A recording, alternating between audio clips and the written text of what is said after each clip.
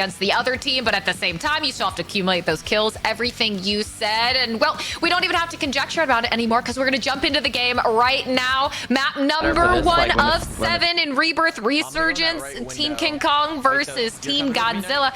You can see him, Team Aydan on your screen alongside Knight and zsmit, some of the best in the business, and we'll see exactly where they decide to land. Oftentimes we saw Team Swagg going to bottom prison previously, so Aydan's team, this isn't where they usually land, at least from what we saw in recent Rebirth tournaments. Yeah, they could be trying a couple things out, right? I think the big thing to remember is that there is one sniper allowed per team. I want to talk about some of the gun bans to set the scene for this tournament. But the thing that we've always seen in Rebirth tournaments is that high ground is king, especially when there's one sniper allowed per team. So you'll see some of these teams play hyper-aggressive, push buildings, etc. But when you can grab that high ground, especially in the middle game of these Rebirth lobbies, you're going to set yourself up for success in that in-game to be able to take down teams from a distance and rain down hellfire. So we'll watch out for some of those bans as well. They can't pick up LMGs in their loadout boxes. They can't pick up shotguns in their loadout boxes. And again, like we mentioned multiple times, only one sniper per team. Yeah, those are very important. Some of the bans that come into play for this tournament, how it's going to shape potentially even the play styles of a lot of these players. No surprise that zsmit has that Owen gun out still, despite any shifts in meta, an extremely strong gun, if not the most viable close range SMG for the secondary in your kit, along with your AR, whether it's going to be the auto or other guns. I know there's a little bit of flexibility there that these players have been using, but right now they're just focused on taking this team out a little bit lower than them on the ground. You already see Knight on your screen with a kill. A nice start from them, and no surprise then that they did go bottom prison first, Goj, but immediately rotated to where we usually see them, which is in these clusters of houses, doing exactly what you said, taking to those roofs, trying to maybe pinch any of these players or hold them out who might be somewhere down by the ships.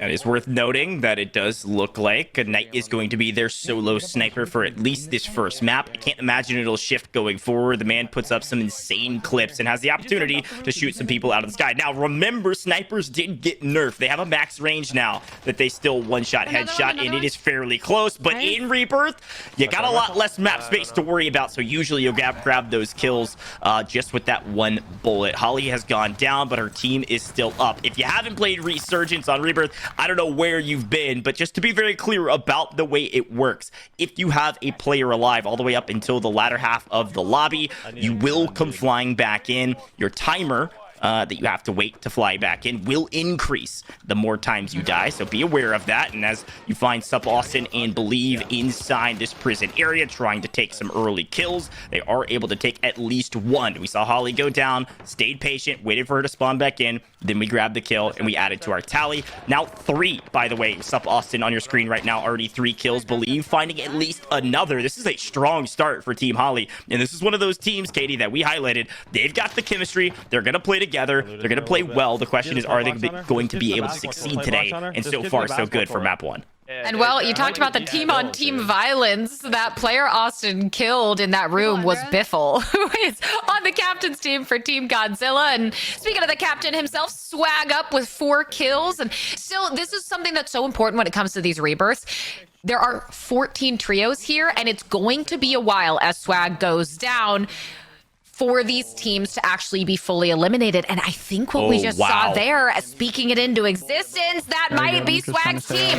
That first team to get fully eliminated. Bad news for Team Godzilla, but hey, there's a lot of maps to be played, and this is where you want to be careful, right? Because as those circles close, you're going to try and farm these kills, but it is that 9th place. You always want to be mindful of when the multiplier for placement is going to start to take effect, because yes, if you have a lot of kills early on, that's helpful, but if you get eliminated like what we saw out of Team Swagg, you're not gonna have a multiplier to back those up. I was surprised to see Team Swagg go down that fast. They were the first team to fall out of this lobby. They did have a decent number of kills, though. I mean, I saw their kill leaderboard. It was somewhere around double digits, which is a great score tally to have here in Rebirth Island. So just keep that in mind as we go forward. As long as you can put up some kills, you'll probably be okay. We have 7 maps to play here today before we go into the limited time game mode, Operation Monarch. And so as we watch the teams, as long as they're not dropping goose eggs, they're not dropping 5 or 4 points total on a map, you should should be fine. All of the maps count, and as Destroy ratted out, zlaner and Fever Kill were able to fly back in. They're going to be aggressively communicating where some of these teams are and try to figure out exactly where we want to be to set ourselves up for the end game. Again, you can't really play too campy. You got to find kills along the way, but those kill multipliers will certainly be helpful once you get into the latter half of the lobby. Well, a team that has to be careful of the snipes. Noobs goes down. We just took a peek at Almond's screen. It looks like between the pair of them, roughly about 6 kills. I'm sure Tommy equal to them. This is a team usually where the distribution is fairly similar across the board. And now Tommy up. That'll be 2. Goes for the revive onto Noobs. And this is a team we're watching evolve consistently in these Rebirth tournaments. They've had a little bit of struggles finding their footing, which feels weird to say because they are the most dominant trio we've seen in Warzone in a very long time, if ever. But in Rebirth, maybe just figuring out the best place out for them and not going into the water. Tell me that's not where you want to go. But he manages to course correct and stays alive for the time being. But this is one where you only assume they're going to get better and better, and this map could be a great moment for them to showcase that. Yeah, no, I almost had a panic attack. I thought he was going to fly into the water. So did I. Of course, he's still resurgent, so it would have been okay, but certainly not ideal. They do pick up at least 2 of those kills together as a team. And look, Katie, I had a chance to cast over this trio who won a $10,000 Rebirth tournament not too terribly long ago. And what they did in that tournament versus what I saw them try to do in the previous 2 large events is they played, honestly, no holds barred. They just flew at teams, and they got the better of a lot of squads that were not expecting a trio to play that aggressive. I mean, it's no secret, TBE doesn't play a ton of Rebirth. None of these 3 players play a ton of Rebirth, but if they fly at teams, they play their trades, they're nearly unstoppable. So I'm sure that's one of the things they were talking about going forward into this tournament is, hey, let's play our game. Don't worry about how we should play Rebirth. Let's slay out. And you can see Almond already has 6, now make it 7 kills as an individual. This is a hot start for TBE and a hot start for Team Godzilla. And as I say that, he goes down. Noobs watching over the top, though. The comms in says he's got him. Spots one top. Prison goes for the pre-fire. Will allow Almond to get back up onto his feet and stabilize. This is something this team does so effectively is play those watch over roles, communicate, and collectively descend on teams that they want to fight against. Now, Noobs goes ahead, picks up that supply, able to find himself a satchel in one of those crates, but just gets themselves the cash they need, especially at any things like self-revives, which you can get for free from the supply rounds, on top of something like a fire sale. Exceedingly useful for these teams to have, especially going into the late game where something like a self-revive can make or break whether you win or lose the map. And this is something where oftentimes this team, you see them get high kills, go out early, or make it toward that late game but not have a lot of kills. So when they can marry those 2 together into the perfect balance, they are going to be an unstoppable force on the map. But still a lot to be played. We now have 2 teams fully eliminated. We know Team Swagg was the first one. Not quite sure who that second team was to fall, but if it was also a Team Godzilla, it could be very lopsided in favor of Team King Kong for map 1. Again, 7 total maps to be played, so not too terribly worried about just how the first map goes, although it can set the bar with honestly how aggressive you need to play. Sometimes these tournaments go fairly patient and calm, cool, and collected. Play your corners, play your buildings, play your cover, and then sometimes it's a lot of this, which is just pure, raw, unadulterated chaos as Huskerrs comes in, thirst Noobs, I believe, but Alma gets the better of at least 1 or 2 from that former LAG squad back at the CDLR who won it all, and the team that won it all in the NYSL 50K not too terribly long ago, only about a week or so ago. So watch out for that Huskerrs scum in an unrational team. TBE not even kind of worried about them though, because Almond's found 9, no make it 10 kills already as an individual. His trio has got to have near 20 kills, Katie, with still 12 teams up. This is what TBE does best. They slay out lobbies when they don't have to worry about shotguns, when they don't have to worry about cheese things that get them killed when they're pushing. They play aggressive and they win their ones, except not that one. Yeah, missed a few shots. The aggression there pays off, but this is where you want to be careful, right? Because if you are going to do those risky pushes, now is the time. Why? Because there's only 14 seconds left before the resurgence closes, as does Circle 3. And this is one of the most important points on a map, is choosing when best to take those fights. Because if you take those fights, as what's happening right now with Blast, as Ahsoka looks to try and get to him and get the revive off, is that now that resurgence is disabled, if you get full dead here, Goat, you are not coming back. And Hisoka right there immediately with the snap. Blast goes down again, but he gets the trade. Kill number 7, flies out with the stim, but can't connect. And this is what I talked about coming to life. Ahsoka down, Blast down, unless Jukies is here to save the day, and that's exactly what he does. Blast will be full dead, but he'll at least be able to get Ahsoka back onto his feet. Unbelievable trades. You'll take that most of the time. Of course, as Resurgence closes, you're not going to see Blast flying back in. There is a chance to buy him back potentially if you want to sneak to a buy station as fast as you can. There's a couple people still flying back in that caught the tail end of that Resurgence, and so you don't necessarily need to shoot them out of the sky, but you definitely want to watch where they go. And now let's take a look at this circle, Katie. Prison is off the circle in circle number 4, and so this is going to make a lot of teams rotate out into the open. You're only going to see a few teams left alive at the end of this circle closing because of the lack of cover. Every map will be different. Sometimes you'll see, 10, 11 teams going into the last circle if everybody's playing patient and there's a ton of cover.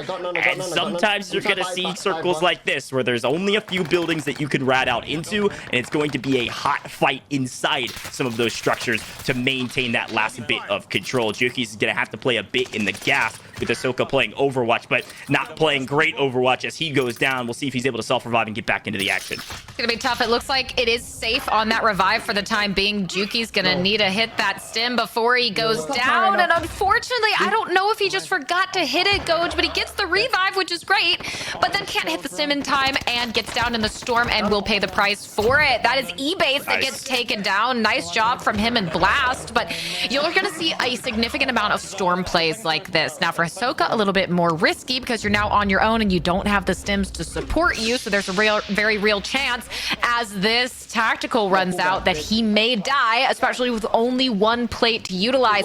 But take a look at where that storm is starting to pull. It will swing back and have a little bit of the corner of top prison available. So if Ahsoka can somehow stay alive for this, which looks like he might be able to, he could be in a spot to get at least a few more kills and get a better placement multiplier, as we have about 6 teams remaining. Multipliers are in play. Watch those teams go down. Your multipliers will go up. Ahsoka with a perfect zone pull for what he needed. Without stims, he could only do so much, yet he does have the circle. He will have one of the last remaining pieces of high ground. He's got to watch to his right, and he's got to watch down below on top of these rooftops. Noobs also out of stims, ready for the next zone pull, but as he loots around just trying to find one, I think he's going to go down to the gas here, Katie, unless he can move quickly, and can't do it, so he finds his way into 6th place. As we look at our multipliers, that's just outside of the 1.2. Now that we have 5 teams left, it's a 1.2 times multiplier, in just about every other place will tack up that multiplier more often. So just continue to watch. Now we're down to top 4. That's still 1.2. Second and third is the 1.3, and then a 1.5 for first. And that's what we talked about, right? They're going to get those high kill games for TBE, but they can't always do a good job of coupling them with a better placement, especially when you're 1 shy. Even a 1.2 can make a huge difference, but still a high amount of kills for them on the way for Team Godzilla. But now it's Destroy's turn all on his own. A lot of solos remaining here. It's 3 teams and 5 players. A nice kill for him on Dabrolic. And just like that, he is in a 1v3, which I wouldn't want to do if I were Destroy, but he's certainly capable of locking it down. I'd be curious to see what the other team is, because oftentimes that team with the 3 stack with the most players at the end is the team that comes out. He's able to get 1 down, connects on none other than Aiden, the captain of Team King Kong, and now a 1v2 for Destroy. He will have the satchels there, a big boost in utility given out to him courtesy of that kill onto Aiden, and this could be an enormous 1v3 win if Destroy can get it done against Z-Smith and Knight. I also have a massive game too, with Z-Smith still alive, having 9 kills. I think Knight and Smith should win this without too many issues. However, he did pick up an extra kill, which will certainly add to his total, and the question becomes, oh no, he takes out Knight. It's a 1v1, Katie. It was a 1v3 and doesn't quite secure it. It is Team King Kong that will get the win with a massive amount of kills. That is 26 kills in total for Team King Kong at the top. Our captains Aiden came out strong, and they finished strong. A little bit scary at the end, but 26 times 1.5, you do the math, that's 39 total points for our captains. Yeah, hey, speaking of maps to be played, map number 2 is underway. We're gonna jump straight into the action and see maybe Team Godzilla. Let's see if they can pull it out. They can come from behind, and they can surmount and beat down with that laser beam, Team King Kong. Swagg certainly looking for a better showing in map number 2. I know they can do it. This team has done it in the past. They are some of the most prolific Warzone players in the game. I mean, talk about Biffle, talk about Booyah, talk about Swagg. They've got it all, right? They've got the Rebirth experience. They've got Caldera experience. They've got everything you need. But right now, Swagg's got to stay alive. He needs to stay alive, and he might go down off the rip again, Katie. This could be back-to-back Team Swagg out at the first team, Team 14. Oh, okay, it looks like somebody else just fell, but could go down 13th if he's not careful, and he is able to stay alive for just a moment as Biffle comes back into the lobby just in time to keep their dreams alive, and it was TBE that was hunting them down. I mean, that's huge. The fact that he was at least able to stay alive in time for both of his teammates to get back into the action. And that's why sometimes those early on deaths can be very forgiving in Rebirth Resurgence, because it's maybe, 7 to 10 seconds you have to wait as Tommy gets back up onto his feet. Almond once again playing Overwatch after just taking down Swagg moments ago. This is the team currently in second place with overall points at 25.3. And Noobs always loved this island play on this specific building. You're going to see him here through the majority of the map oftentimes, while the rest of the team, Tommy and Almond, float around and tend to either collapse on the targets he's able to down or move toward those callouts he can provide by having that sort of Overwatch position. Now, they are continuing to float around this bottom prison area, trying to find anyone else that they can pick off. And I wonder, when you ask about Swagg's team, they've been struggling. Nice kills here. Again, on to one more player. But you have to ask the question, maybe Swagg's team wasn't anticipating this many people coming to bottom prison, because they've been having a hard time in the beginning of these first 2 maps. Yeah, it's certainly something you'll take a look at going into map 3 and map 4. Do we need to change up our strategy? Do we need to change up our drop spot? Because those things can certainly hurt or help your game. I mean, there is something to be said about starting hot, but if you're not winning your gunfights, you're not winning your ones or your trades, early in this map, you're going to struggle the rest of the map. It is a momentum-based game. There are ways to shift the momentum in your favor, especially when you win a gunfight like that from Almond. My gosh, well done beaming down the lane. STG's looking strong right now. A lot of people are using it. And as Tommy comes flying back in, we'll see if TBE can keep up their momentum as he finds at least a full team, if not 2, down at the bottom prison. And I think you're right, Katie. A lot of teams like this prison area for good reason. It's one of the strongest buildings to hold in the game, but Noobs playing Overwatch from control. This building is also fun to hold because unless people land on top of you, there's only a few ways to get up to the roof. So if you just guard your hallways, you guard your doors, you'll be just fine. And they're just letting Almond go in bottom prison by himself to slay out.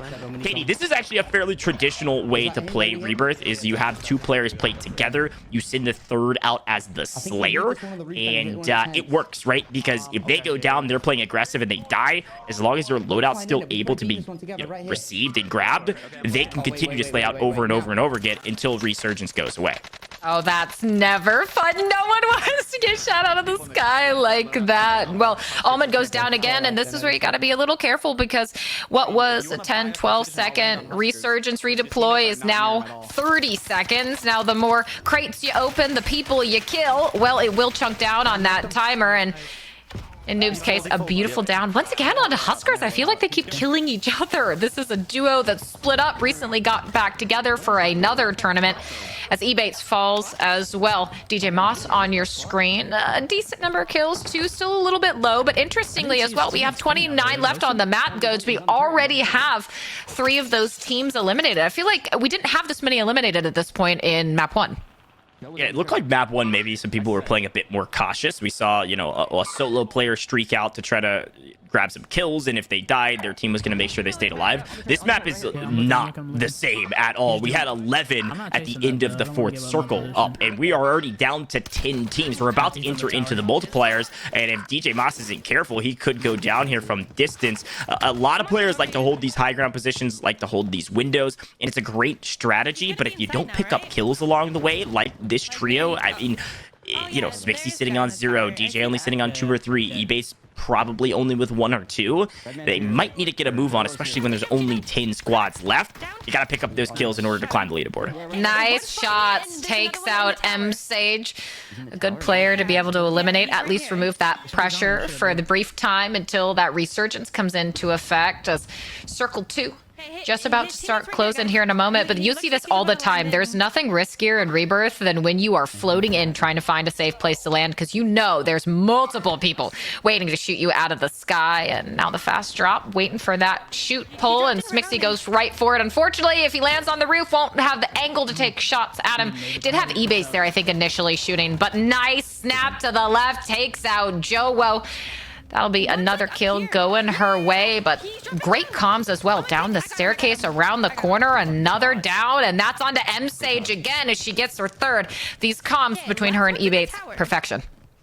Yeah, and look, Smixy's kind of proving me wrong, right? I was like, you got to pick up kills. I don't know if this is the strategy. And what she's telling me is saying, hey, Goat, shut up. Look, we know what we're doing. We're going to the correct position. We know a lot of teams are going to rotate this way down security, and we've got to be careful to play our angles. We'll pick up kills. We'll find the kills along the way. Just let us be patient. And it's working. I mean, she picked up 3 in the meantime that we were on her perspective. Just the question becomes, are they able to keep pace with a team like TBE, who's playing a hot, aggressive game here in Control? I mean, you can see Noobs enters into another gunfight and finds his 6th kill as an individual, which ties up essentially Smixy's whole entire team by himself.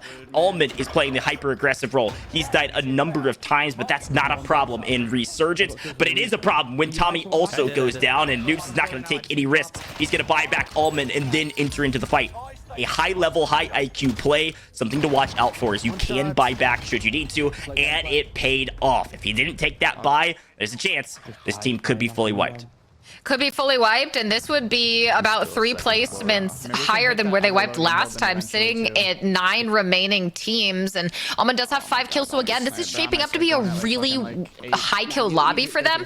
But he's gonna have to float, and 10 seconds until a teammate comes back is a very long time to wait. He's gonna have to hope that the likes of players like Smixy are not looking into the sky, trying to get an easy kill on him. In the meantime, Destroy is here sitting at about 2 kills, and this is one of those points you always ask that question. Is it better for you to be hyper aggressive and potentially be punished for it early on, like we see out of TBE, and then try and couple that with a late game placement? Or do you prefer slow and steady wins the race, get your kills while you can, consistently be mindful of not taking those over aggressive plays? As for right now, well, zlaner, he will go down, and that ever important Resurgence redeploy counter in effect. 1 more minute of redeploys.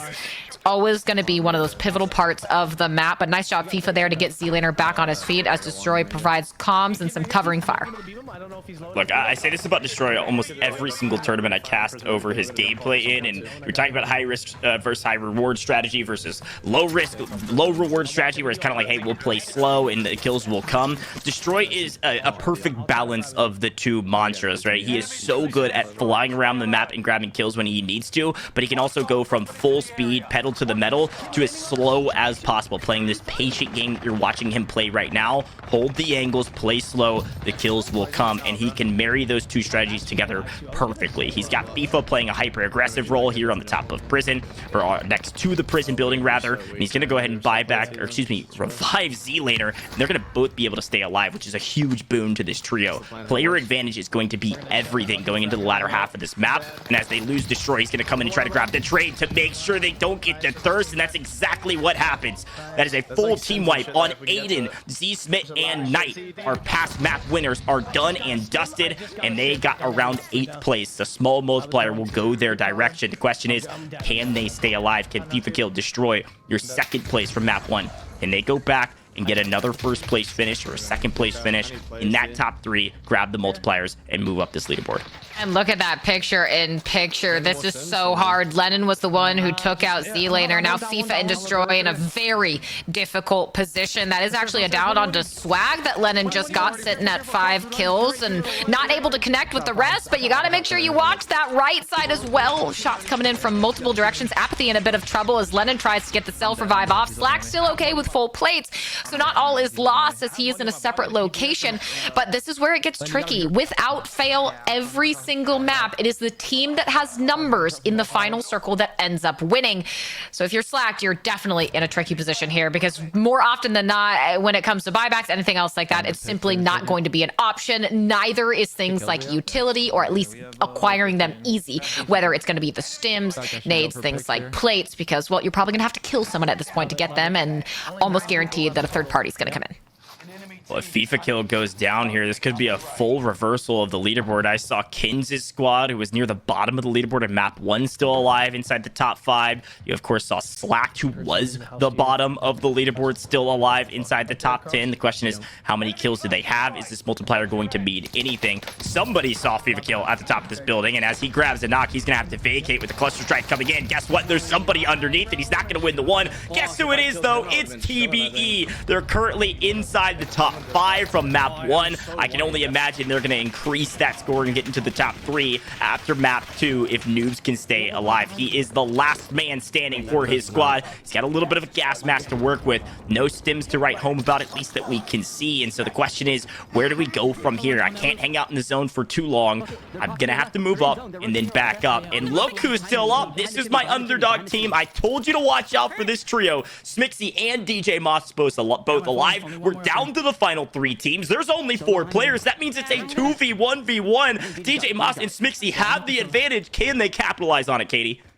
You would certainly hope so. Now they're relatively spread out. Smixy, a bit more aggressive role. Looks like she might want to swing back. I prefer this play. Get with your teammate, especially. Sometimes it can be a little tricky to spot players when it comes to the storm. Stick together, buddy system, make those call outs and get those shots in. But a 2v1v1 here. They're going to see who they can find. This general area, as this circle swings back up, has a lot of weird little nooks and crannies that someone could try and hide in, and they don't have something like the stims to be able to help them as Smixy finds her way up the rock. She does have a lot of plates left over, though, which is so valuable at a point like this. And with the lip of this wall that they can make a little head glitch over the top of could be extremely effective. As Noobs is still up top, and we found it out. The 2v1 and Noobs, we said, can they finally bring together not only the placement, but the kills? And the answer is yes in map 2. Now, Noobs, can he be our first player to take down the number disadvantage? He's trying to get sights on him. It's a smart choice to assume they have to be somewhere nearby here, but DJ Moss with the call out and the spot gets the broken armor around the wall. Noobs with the storm on top of him uses the stim, but simply not enough room to make a play, and that will be Team Smixy coming out on top with the Warzone victory in map 2. A big win from Smixy, DJ Moss, and Ebates. And Aiden had the foresight to say, hey, this squad, they're demons at Rebirth. They know what they're doing. And after a decent showing, about halfway down that leaderboard, 9th or so in map number 1, they have a total of, 16 kills, a total of 24 points in map number 2. Certainly going to shoot them up the leaderboard and certainly going to help out Team King Kong. Hey, that's the second time in a row, by the way, Katie, that we've had Team King Kong and Team Godzilla, the last 2 teams alive, going ahead